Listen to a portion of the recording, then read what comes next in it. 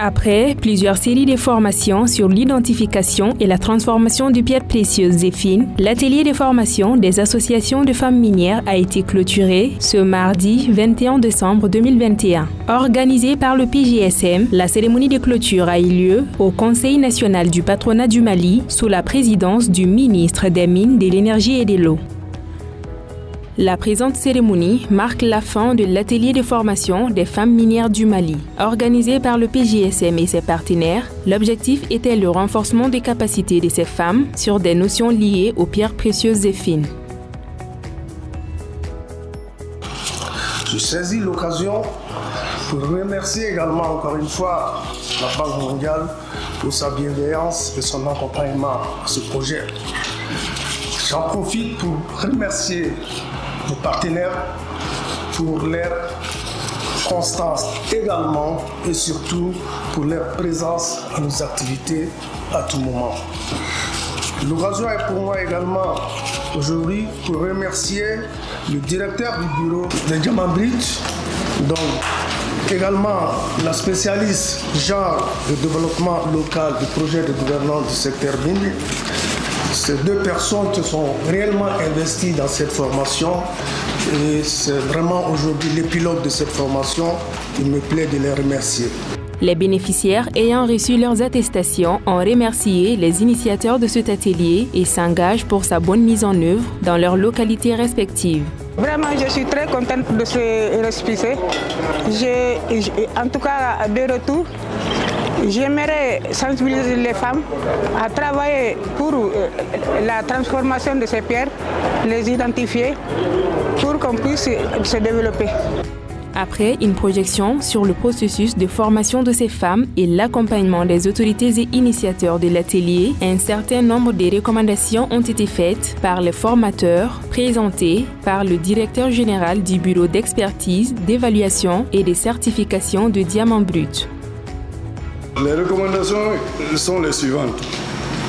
Alors, la formation des formatrices, c'est-à-dire les 10 femmes ou 11 femmes initiées à l'étranger en vue de disposer du vivier de formatrices qu'on veut, de formatrices réellement qui sont des Maliennes. Et ensuite, c'est de poursuivre la suite du programme qui est de former les autres femmes restantes et les installer dans la production des pierres fines et précieuses s'il y en a. Le troisième aspect va être sur la promotion des pierres. Alors pour la promotion des pierres, les recommandations sont l'appui et le soutien des petites et moyennes entreprises dans les transformations des pierres par bien sûr le gouvernement et le programme de gouvernance du secteur minier. Alors cet appui et l'organisation aussi des foires ou des journées sur les pierres fines. Et ensuite, appuyer ces femmes à participer à des foires au niveau régional, sous-régional, même international, pour faire de la promotion de ces pierres-là. Avant de clôturer la cérémonie, le ministre des Mines, de l'Énergie et de l'Eau a réitéré l'engagement du gouvernement à accompagner le PGSM. Il a également salué les organisateurs de ce projet. Je tiens à vous exprimer le soutien de mon département et vous assurer de l'accompagnement du programme de gouvernance du secteur des mines pour la réussite du programme de formation et d'installation des groupes de femmes dans les métiers de pierre. En vous souhaitant un bon retour dans vos familles respectives, je déclare clos les ateliers de formation des femmes à l'identification et à la transformation des pierres précieuses et fines du Mali. Je vous remercie de votre attention. Une visite d'exposition de pierres précieuses et fines et un cocktail déjeunatoire ont mis un terme à cette cérémonie de clôture de l'atelier des femmes minières. Donc les femmes, je crois qu'elles, et on a dit encore aussi, c'est elles qui sont les premières ambassadrices à la promotion, c'est elles qui doivent porter ces pierres-là. Donc pour la promotion, elles doivent être les premières à les porter. Voilà, voici, je crois bien fermement que ça va réussir.